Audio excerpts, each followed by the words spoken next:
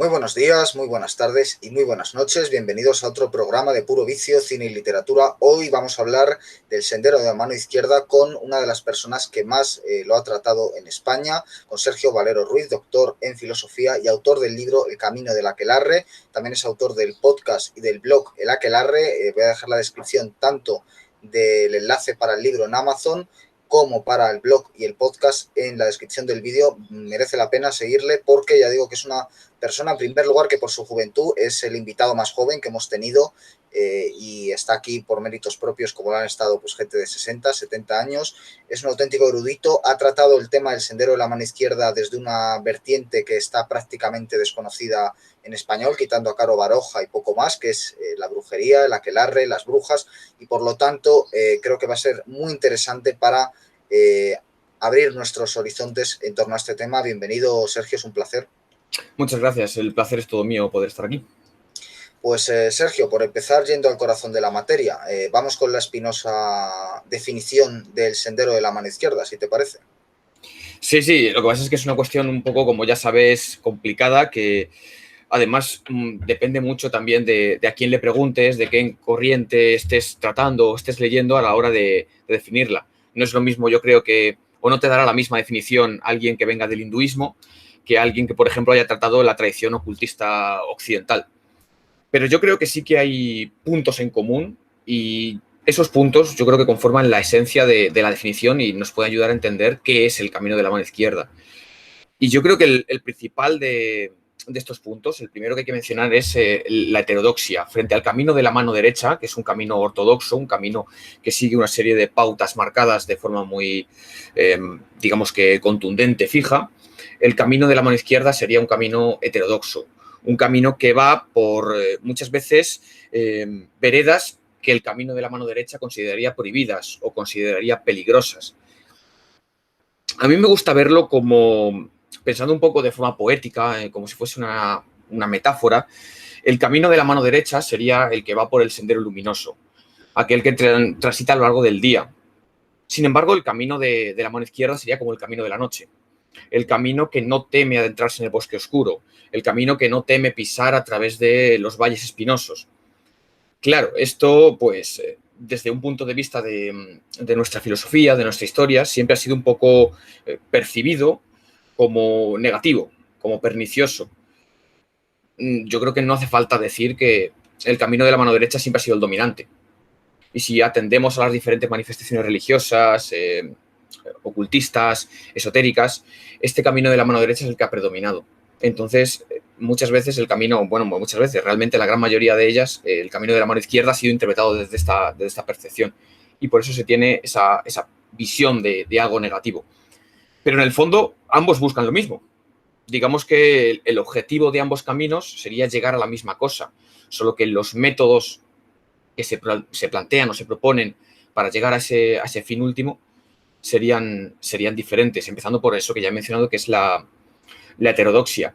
Más allá de esa heterodoxia, cada corriente pues plantea una serie de elementos a la hora de llegar a ese fin, a la hora de conseguir ese fin último. Y serían ya estos elementos los que variarían, digamos que de corriente en corriente. No es lo mismo para un sufí, por ejemplo, que para alguien que venga de la tradición hinduista o para alguien que haya, bueno, se haya interesado, como es mi caso, en la brujería. Como doctor en filosofía, supongo que también la mayoría de autores que te habrá tocado estudiar no son precisamente favorables al Sendero de la Mano Izquierda. Hay una absoluta mayoría de autores que optan por el racionalismo y por otra serie de corrientes que desdeñan todo lo trascendente y por lo tanto tampoco se encuadrarían en el Sendero de la Mano Derecha, pero tampoco en el de la mano izquierda. Por concretar un poco esas variedades, ¿no? Comentábamos antes fuera de cámara, pues autores como Guénon, que optó por el Islam, es decir, un autor que habló del sendero de la mano izquierda, pero de alguna forma acabó optando en su vida por el sendero de la mano derecha.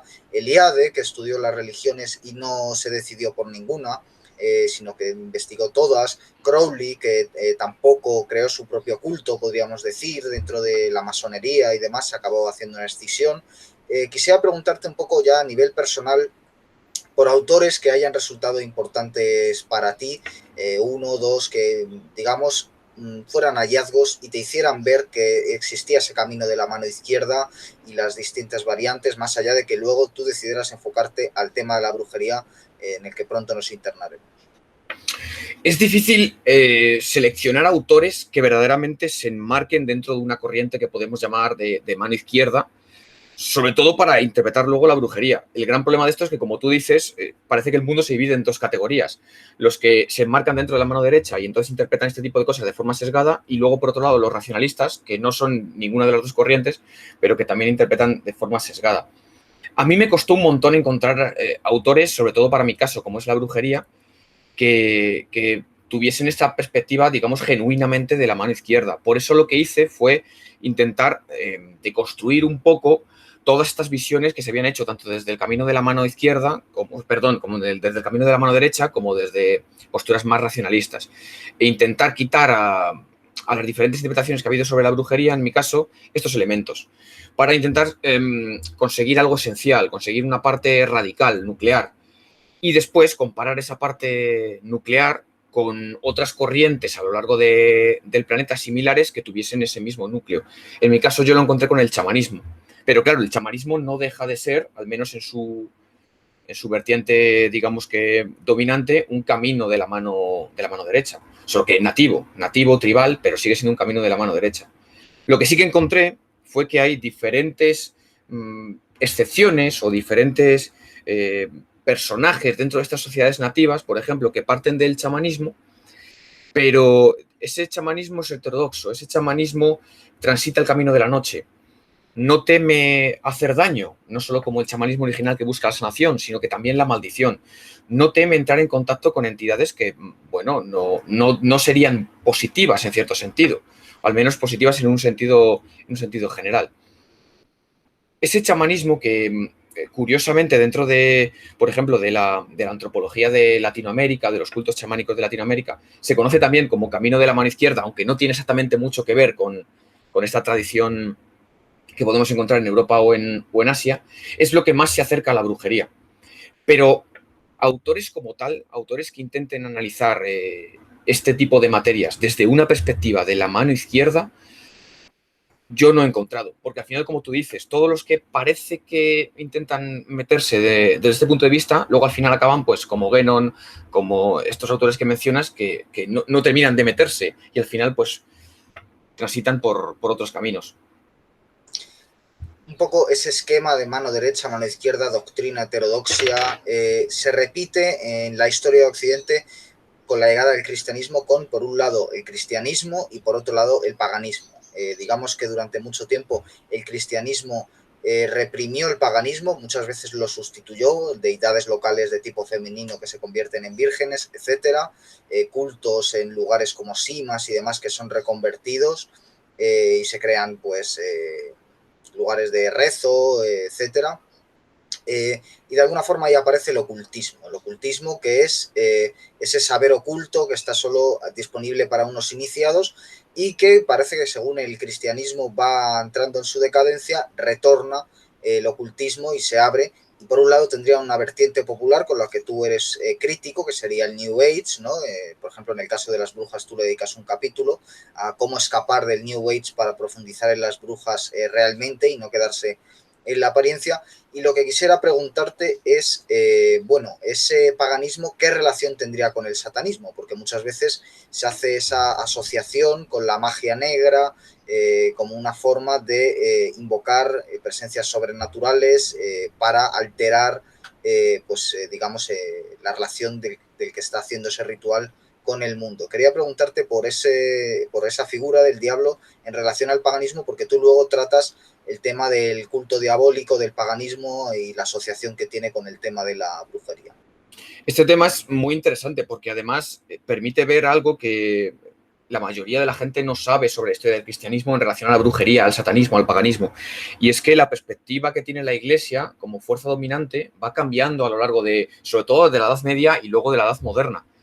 Y es que se podría pensar que la primera interpretación de este cristianismo que está, digamos que en pañales, sería ver el antiguo paganismo como una especie de satanismo y ver a los antiguos dioses como demonios. Pero es que esto no es así. Para llegar a este punto, primero necesita pasar por todo un desarrollo medieval. Y la primera teoría o la primera concepción que tiene la Iglesia del paganismo es que no existe, que es literalmente son alucinaciones. Sí, es un producto, evidentemente, es un producto del diablo, es un engaño que realizan el demonio y sus esbirros, pero no existe. Para el cristianismo de los primeros siglos, todo este mundo de dioses, de magia, de conjuros, es una alucinación. Las brujas serían mujeres literalmente alucinadas, mujeres que no están bien de la cabeza, porque el demonio las ha vuelto locas y las hace creer que, bueno, que existe Diana, la diosa de los paganos, las hace creer que vuelan por los aires cabalgando bestias, las hace creer que asisten a los aquelarres, pero no acepta que todo eso exista de verdad, simplemente es una imaginación que ocurre en la mente de las mujeres. Esta perspectiva va cambiando y va evolucionando a lo largo de la Edad Media. Cuando pasamos de un planteamiento agustiniano a un planteamiento tomista, que ya defiende que los demonios son algo real, que la magia es algo real, que luego esto evolucionará al Maleus Maleficarum con la persecución de las brujas, ahí ya cambiará la cosa. Ahí ya veremos cómo los demonios ya son reales, son incluso materiales. Y las brujas entran en comunión carnal con los demonios, hasta el punto en el que los textos medievales dicen que las brujas copulan con el demonio. Que es un poco, pues, si el demonio es una entidad espiritual, ¿cómo va a copular una mujer con el demonio? Bueno, pues los textos lo dicen. Toda esta evolución, evidentemente, pues va arrastrando una serie de elementos que son de tiempos paganos, que podemos trazar hacia los cultos mistéricos de la antigüedad, que podemos trazar hasta los cultos y la magia popular que podemos encontrar en Roma, en el mundo celta, en el mundo germánico. Hay muchos elementos que provienen de ese ámbito pagano, que a través de la Edad Media y a través del filtro del cristianismo, pues van evolucionando y luego muchos los vamos a encontrar presentes en la brujería. Una brujería que ya hacia el final de la Edad Media, cuando ya se ha publicado el Maleus Maleficarum, cuando ya los inquisidores tienen su gran manual de caza de brujas, ya es plenamente satánica. Así que digamos que evoluciona desde un paganismo, cuando el paganismo era dominante y el cristianismo era minoritario, hacia una concepción en la que es algo ilusorio, es algo que no existe. Después se convierte en satanismo, nace el satanismo en sí, aparece el culto al diablo, o al menos desde un punto de vista del cristianismo, y finalmente, ya cuando entremos en el Renacimiento y en la Edad Moderna, los textos hablarán directamente de que las brujas reciben su poder del demonio, que es el demonio el que les da todas esas habilidades mágicas, que rinden culto al demonio y prácticamente ya no harán referencia a nada del mundo pagano, ni a Diana, ni a ninguna deidad que podamos relacionar con ese mundo antiguo de dioses. Precisamente en el libro hay un capítulo que es del humanismo a la ilustración, ¿no? Un poco ese paso, es decir, si ya empieza a dejar de haber esas representaciones en el Renacimiento, que es, digamos, cuando nace el humanismo, por lo menos moderno, retomando toda esa tradición anterior, retrotrayéndose a Grecia, Roma, etcétera, ¿cómo evoluciona luego eso hacia la ilustración? A medida que vamos entrando en la modernidad y desde el Renacimiento en adelante, pues se van sentando las bases de lo que luego será el racionalismo, pues este tipo de creencias van perdiendo fuerza. La brujería, lo curioso de la brujería es que a lo largo de la historia está íntimamente relacionada con sus prácticas. No se puede disociar el vuelo en escoba, la práctica del aquelarre, el contacto con entidades. De tal forma que llegó un punto en el que si se demostraba que ese tipo de prácticas no ocurrían de forma literal, se daba por sentado que la brujería no existía. Entonces, se llegó a la conclusión de que es evidente que las brujas no volaban en escobas, que evidentemente no entraban en contacto material con entidades sobrenaturales y que, por tanto, pues como las prácticas no existían, no podían ser reales, físicamente reales, la brujería no podía existir. ¿Cómo evoluciona esto hasta llegar a la ilustración? Pues cuando pasamos de un renacimiento en el que los autores son cada vez más críticos con este tipo de prácticas, todavía existen inquisidores, pero cada vez son menos. Cada vez van predominando más posturas que intentan ver la brujería como una superstición, como algo que no existe. Es como una especie como de vuelta a esa concepción ilusoria que tenían los cristianos del principio de la Edad Media. Es como si al cambiar, entrar en una nueva fase, volvemos a reiniciar otra vez la concepción de algo ilusorio, solo que esta vez, en lugar de tender hacia ese cristianismo, pues tiende hacia posturas racionalistas. Eso va evolucionando y cuando lleguemos a Voltaire, ya en la ilustración, pues quedará completamente desacreditado. De hecho, Voltaire llegará a decir que todo esto son supersticiones y cuentos de gente del pueblo que solo sirven para entretenerse en las noches de invierno, que no tiene ningún valor más allá de eso. Esa es otra relación curiosa, ¿no? El de la cultura popular, que parece que es el lugar donde pervive, a pesar de, digamos, esa hegemonía cristiana, donde pervive el paganismo. Quisiera preguntarte por el tema de los chamanes, que has mencionado, del chamanismo. Tú dices que la brujería es es el chamanismo en versión femenina, digamos la versión femenina del chamán, y también lo relacionas con la cultura celta y sobre todo la figura del druida, ¿no? Que conocemos, pues, digamos, la versión, ¿cómo decirlo?, caricaturesca sería el de Asterix y Obelix, ¿no? Ese famoso druida, que no es exactamente un druida celta, ¿no? Pero bueno, es un poco la imagen que ha pervivido. Tenemos otras un poco más elaboradas, podríamos hablar de Merlín, podríamos hablar de Gandalf, etcétera. ¿En qué consiste esta figura del druida y cómo se relaciona también con el chamanismo y con la figura de la bruja? Yo creo que definir lo que es un druida es muy complicado, porque a lo largo de la historia se ha intentado definir el druida de muchas formas, como si un sacerdote, un mago, un filósofo, un médico, un maestro. Es muy difícil porque es como aquella parábola de los ciegos que tocan el elefante. Todos tocan una parte del elefante, todos aciertan, pero no ven el conjunto. Entonces yo creo que a los druidas les pasa un poco así. Todas las definiciones que se han hecho son muy vagas y no abarcan la totalidad de lo que este grupo social representaba dentro del mundo celta. Para lo que al tema de la brujería, el paganismo, la evolución de estos temas se refiere, digamos que la influencia que más ha dejado este mundo druídico en la brujería y en el chamanismo, en prácticas chamánicas que podemos encontrar en muchas partes del mundo, la encontramos precisamente en textos mitológicos, la encontramos en sagas, en leyendas que nos hablan de, por ejemplo, el poder mágico que tienen los druidas, del conocimiento que presentan sobre plantas. Las plantas tienen muchísima importancia dentro del chamanismo y de la brujería, porque evidentemente son los catalizadores de los estados alterados de conciencia. Pues las plantas en el chamanismo tienen mucha fuerza y en el druidismo también. El conocimiento de, digamos que los elementos, que es algo que en el chamanismo está muy presente también. El poder o ser los que están capacitados para entrar en contacto con otras entidades, ya sean dioses, sean espíritus, se les pueden llamar de diferentes formas. En el chamanismo, evidentemente, el chamán es el especialista ritual que tiene la capacidad de entrar en contacto con este tipo de entidades. Y luego, más allá de eso, pues podemos encontrar una serie de elementos que a lo mejor forman parte más de lo literario, no tanto de lo histórico, pero que sí que se repiten, luego se van a repetir en la historia de la brujería.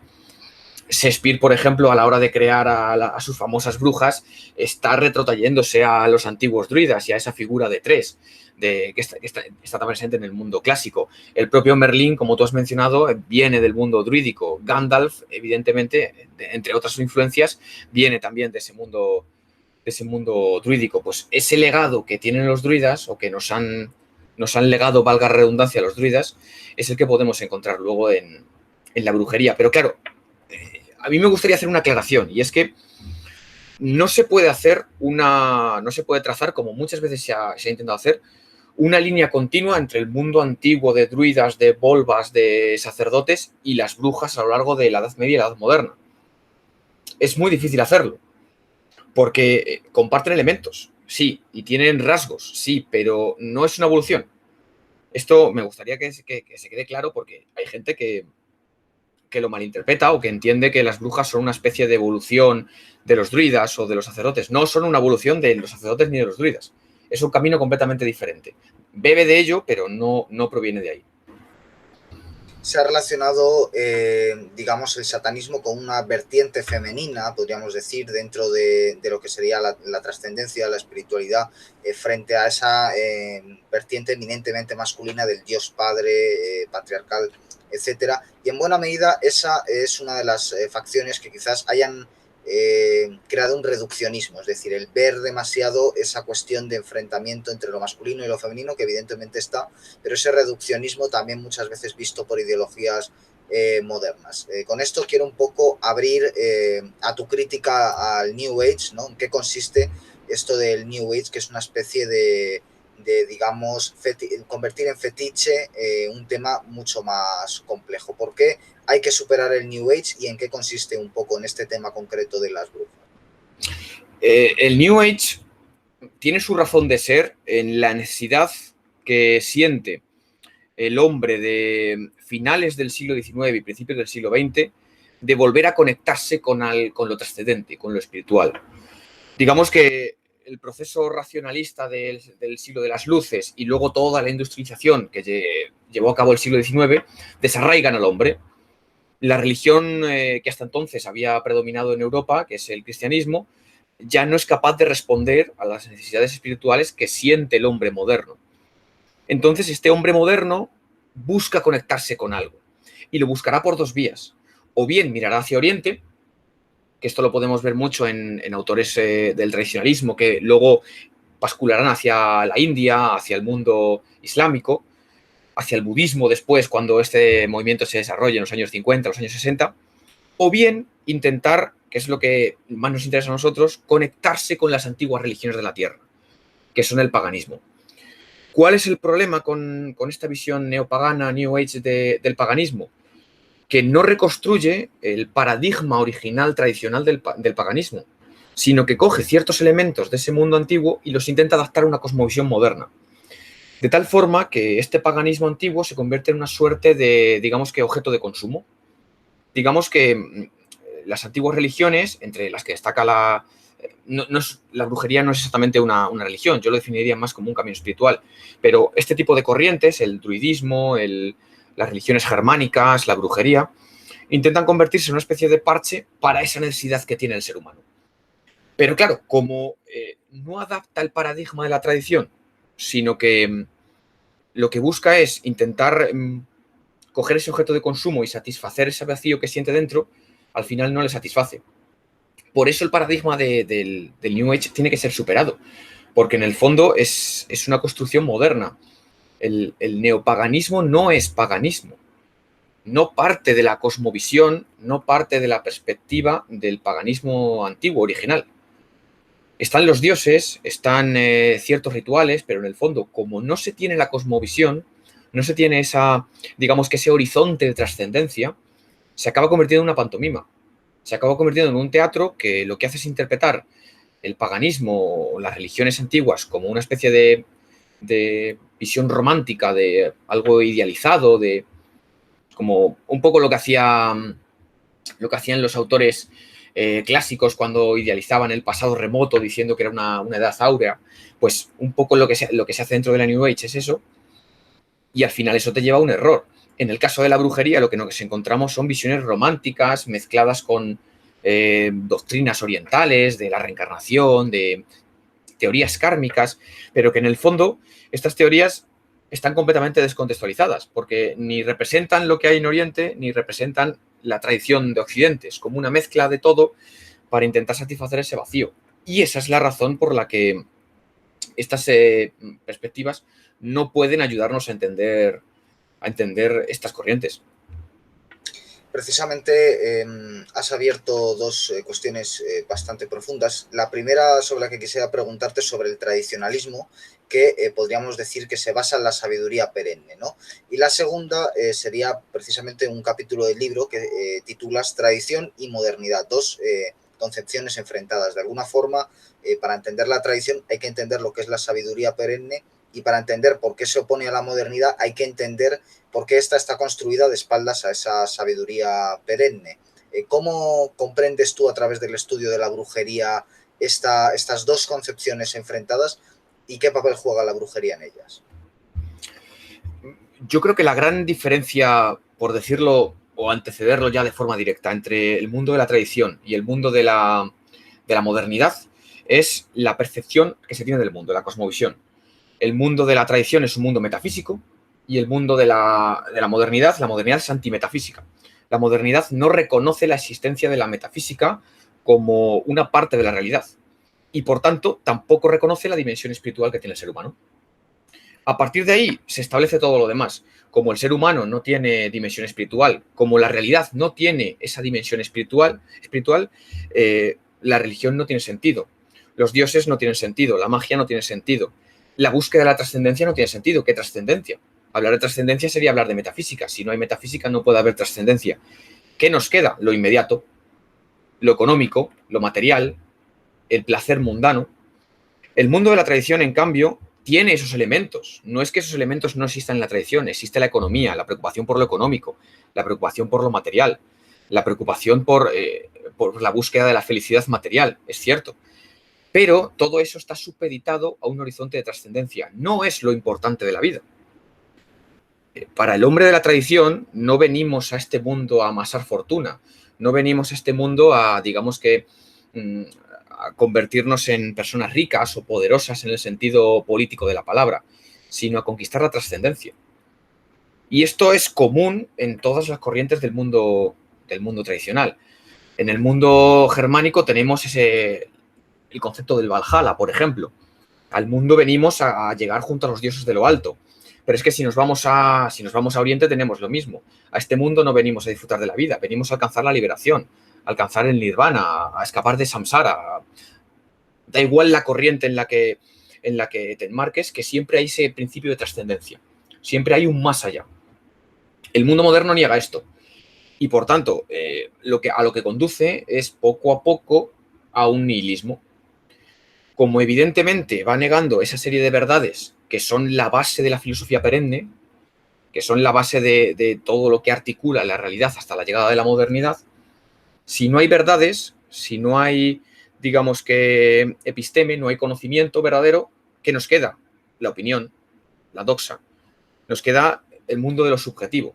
Y el mundo de lo subjetivo a donde nos lleva es a un nihilismo en el que todo vale, porque como no hay verdad, solo existe la verdad individual, la verdad subjetiva, la opinión que tienen las personas de las cosas. Por eso el mundo de la tradición y el mundo de la modernidad es completamente opuesto. Y por eso he mencionado antes que la New Age y el neopaganismo fracasa, porque pretende incorporar unos elementos del mundo de la tradición, pero sin modificar esa cosmovisión.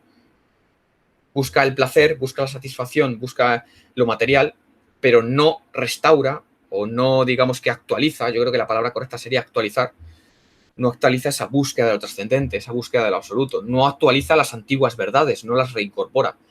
Entonces, no sirve de nada. Bueno, me parece que has condensado de forma extraordinaria un tema muy complejo en 2 minutos. Verdaderamente es para tomar notas de lo que has dicho. Quisiera preguntarte un poco por el camino del héroe, como, digamos, espejo para afrontar este momento de Kali Yuga, ¿no? Que es como llamaríamos a este tiempo de oscuridad dominado por la diosa Kali, ¿no? Tal y como está recogido en la tradición y como retoman algunos autores como René Guénon para explicar la era en la que nos encontramos y por qué pues, este oscurecimiento metafísico del que hablabas. ¿Cómo podemos ver en ese camino del héroe la forma en la que retornar hacia la sabiduría perenne? El camino del héroe, yo creo que la base de este camino es la conquista de uno mismo para empezar. Si no hay conquista de uno mismo, no se va a ninguna parte. Primero hay que cambiarse a uno mismo y luego cambiar el mundo. El que pretenda cambiar el mundo, como decía Joseph Campbell, el que pretenda cambiar el mundo sin cambiarse a sí mismo no va a llegar a ningún sitio, se va a convertir en un fanático. El problema está que en la época en la que nos encontramos, el Kali Yuga, ya no permite que se desarrollen los héroes que sí que eran viables en el mundo de la tradición antigua. El caballero de brillante armadura, el héroe de la tradición grecorromana, el héroe de la tradición germánica de las sagas, el héroe del mundo celta, ya no es viable en este mundo. ¿Por qué? Porque no vivimos en el mundo de la tradición. Entonces sería un absurdo intentar importar, sería un poco volver a caer en ese neopaganismo, intentar importar algo del mundo antiguo sin cambiar la perspectiva y la cosmovisión. La llama se ha apagado, hay que asumirlo. No se puede vivir de las ruinas. Las ruinas son inspiradoras, las ruinas están ahí para ser un reflejo, pero no se puede volver a ese mundo antiguo. A mí me gusta utilizar un poco una metáfora sacada del Señor de los Anillos. Tenemos la espada que vence a Sauron, pero esa espada está rota. Esa espada hay que reforjarla. Narsil se tiene que convertir en Andúril, pero esa espada que reforjas ya no es la espada que era. Partes de los fragmentos que fueron, pero tienes que hacer algo nuevo. El héroe en el Kali Yuga tiene que hacer justamente eso. La llama se ha apagado, no se puede recuperar la llama que fue, pero hay que encender una nueva llama. ¿Cómo tiene que ser esa nueva llama? Acorde al mundo y al contexto en el que nos encontramos. No puede ser ya algo que no tenga en cuenta el mundo, que esté desactualizado. Y teniendo en cuenta que el mundo en el que vivimos es el mundo del Kali Yuga y en el que la ortodoxia es el Kali Yuga, no se puede ser un héroe ortodoxo en el mundo actual. Ahí es donde entra en juego el camino de la mano izquierda. El héroe de la modernidad, o incluso de la posmodernidad del Kali Yuga, tiene que ser un héroe de la mano izquierda, porque la mano derecha es la que representa la modernidad. Entonces tú no puedes combatir la modernidad desde la modernidad. ¿Qué arquetipos tenemos de este héroe oscuro, casi un antihéroe en el sentido literario? Pues yo lo veo, por ejemplo, en el hombre lobo. Lo veo, por ejemplo, en el brujo y la bruja. Lo veo en una serie de figuras que históricamente han tenido ese matiz negativo por enmarcarse dentro de la mano izquierda, pero que ahora ha llegado su momento. Ahora ha llegado el momento de que verdaderamente brillen, de verdaderamente empoderarse a partir de lo que es esta oscuridad que siempre ha envuelto al camino de la mano izquierda. Y yo creo que esos son los héroes que hoy en día tienen que servir de ejemplo a seguir. No hay que ser caballeros de brillante armadura, hay que ser hombres lobo. En el caso del lobo, además, una figura muy arraigada a la cultura española, que también pues está un poco intentando recuperar. Aquí en este canal hemos hablado con Ignacio Vega, por ejemplo, que hizo un documental sobre el tema. La figura del hombre lobo, ¿qué representa y un poco a través de qué ejemplos se puede seguir? Porque siempre nos ha llegado esa cultura nociva sobre el hombre lobo, muy de la época victoriana también, de ese tipo de relatos góticos que convierten al hombre lobo en un ser monstruoso. También el cine, en algunas películas, ¿no? El hombre lobo, aquel ser del que hay que escapar, etcétera. En el fondo el hombre lobo representa algo interior, ¿no? Del ser humano, una potencia interior, como también pues se dice de la oscuridad, de los deseos reprimidos, etcétera. Quisiera un poco preguntarte por tu visión del hombre lobo. El hombre lobo y el lobo, por reducir a lo básico, a lo largo de la historia siempre ha tenido como una especie como de dos vertientes, dos interpretaciones, una oscura y otra luminosa. En la luminosa se veía el valor, el coraje, la astucia. Los lobos, las manadas de lobos guardan mucha similitud con el comportamiento humano. Entonces, el guerrero que se empodera a través del lobo es un guerrero pues, que quiere absorber esa astucia, esa fuerza, ese coraje. Pero por otro lado, el lobo también está relacionado con los muertos, con el mundo del inframundo. Los dioses del inframundo generalmente visten pieles de lobo. El lobo nos retrotrae a ese mundo telúrico, a ese mundo tónico de deidades oscuras, demoníacas un poco en el sentido negativo de la palabra. Pero siempre ha tenido esas dos vertientes que han estado equilibradas, como si fuese una especie como de yin-yang.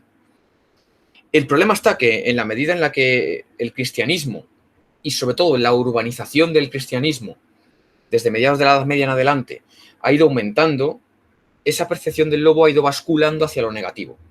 De tal forma que los aspectos positivos que estaban presentes en el mundo tradicional pagano se han ido perdiendo y cada vez predominaba más lo demoníaco. En ese sentido, pues podemos ver cómo por ejemplo, los berserker escandinavos evolucionan hasta convertirse en locos sanguinarios. Pues en el caso del hombre lobo es algo parecido.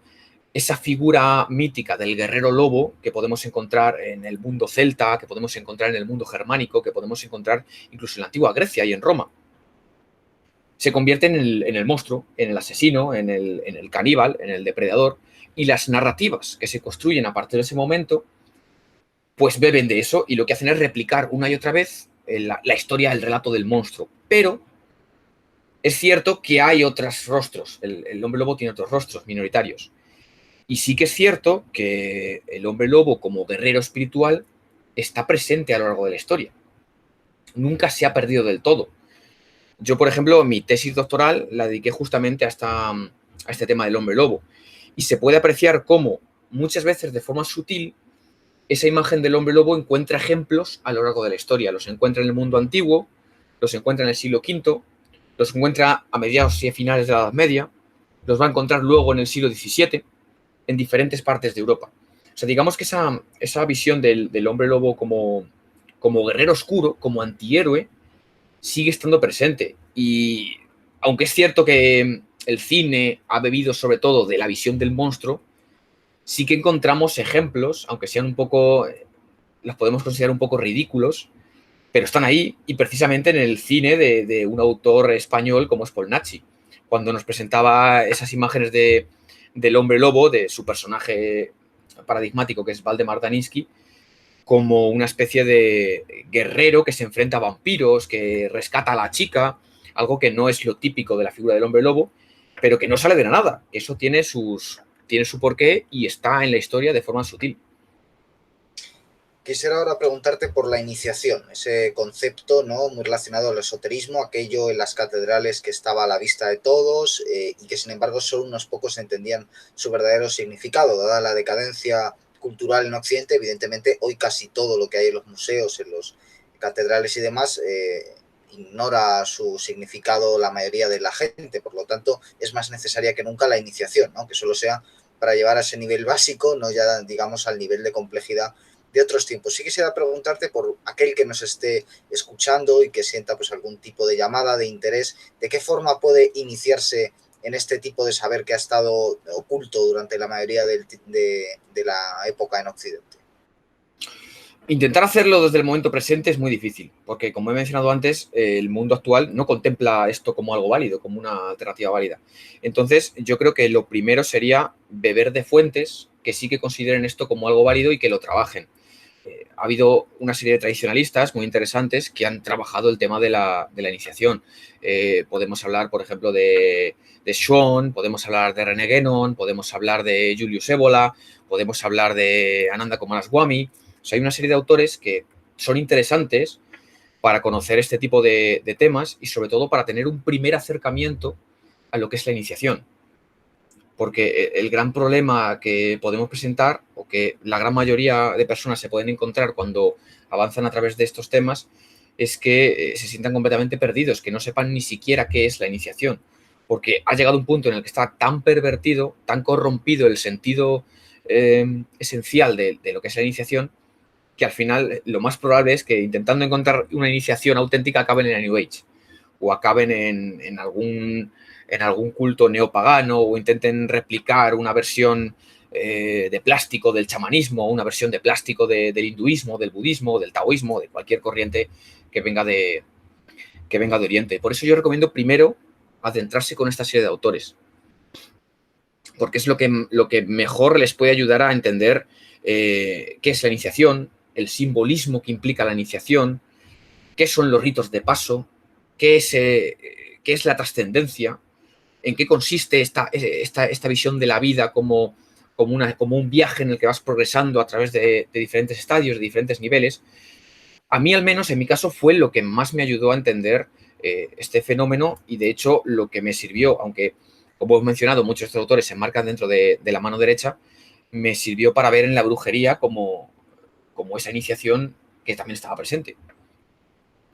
Una última cuestión que te quiero plantear, Sergio, es sobre la esencia de la brujería, ¿no? Tu libro, El camino del aquelarre, podemos decir que hacia el aquelarre, podríamos decir que es un camino hacia una definición o una esencia de la brujería. Es un tema muy difícil, no en vano le has dedicado 400 páginas, no vamos a intentar emular eso aquí, pero sí quisiera preguntarte de qué forma podemos también hacer entender al profano lo que es la esencia de la brujería, ¿no? Un poco quitando esa venda de la leyenda negra que todavía a día de hoy en buena medida se mantiene en torno a esa figura de la bruja. Si quitamos todos los elementos que han intentado interpretar la brujería desde diferentes ópticas, que no son la propia brujería, que no son las propias corrientes espirituales afines a la brujería, lo que nos va a quedar esencial va a ser lo que nos ayude a definir qué es la brujería. ¿Qué elementos hay que quitar? Primero, interpretaciones cristianas, que ven en la brujería una especie de culto satánico que no existe, que no es así.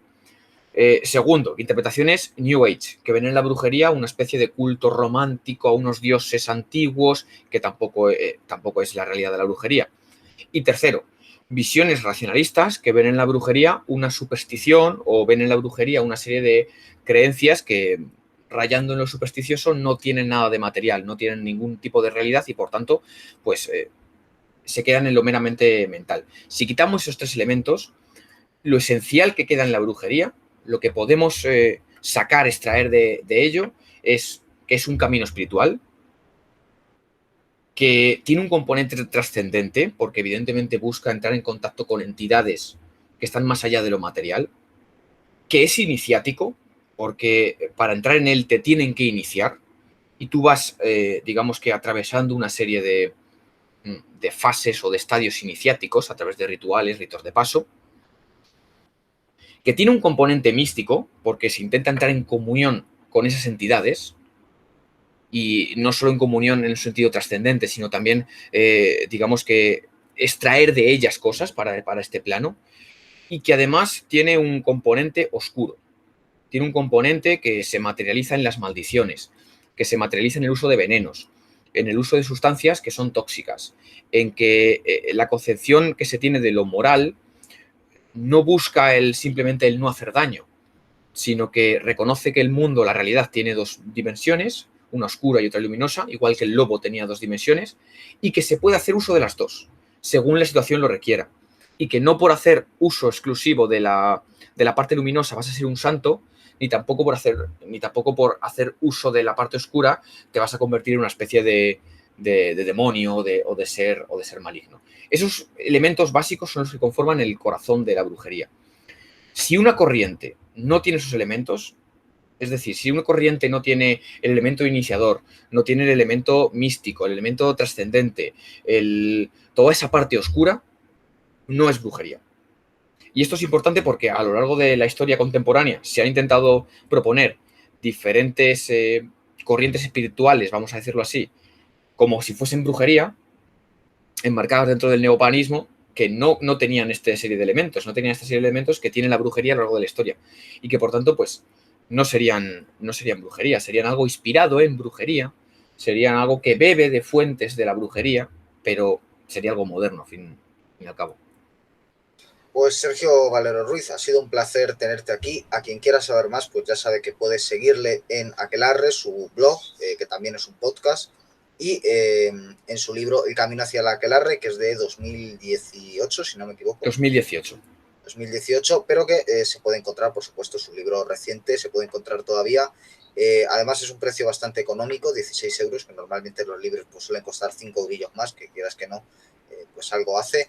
Y sobre todo que es un libro insólito en el mejor sentido de la palabra, en lengua española, una investigación de un investigador joven y como se ve erudito, al que pues hay que seguir y hay que animar a que siga investigando porque sin duda pues tiene un gran porvenir por delante y nosotros lo vamos a disfrutar con sus hallazgos. Muchas gracias, Sergio, por encontrarte con nosotros hoy y muchas gracias a los espectadores por venir al programa. Volveremos pronto con más programas aquí en Puro Vicio, Cine y Literatura. Hasta pronto.